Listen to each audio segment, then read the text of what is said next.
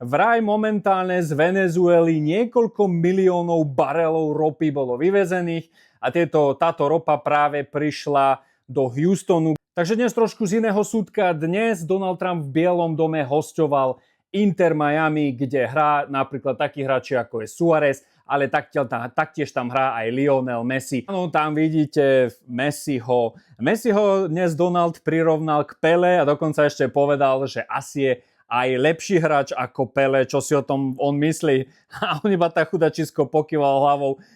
Veľmi super chalanisko. Ja som Messiho videl nedávno, keď som bol v Lime v Peru. Vyhrali MLS, čo je vlastne Championship 2 v Amerike, a taktiež vyhrali aj FIFA Club Championship, kde vlastne porazili Porto. Inter Miami oslavujú v Bielom dome s Donaldom Trumpom. A my oslavujeme tiež, lebo vyzerá to tak, že cena benzínu pôjde dolu, keďže momentálne venezuelská ropa dorazila do ropného prístavu v Houstone a idú tú ropu vlastne pustiť do systému čoskoro. Takže očakávame, že tak do týždňa, do dvoch sa ropa vráti späť tam, kde bola predtým, ako sa začala tá vojna v Iráne.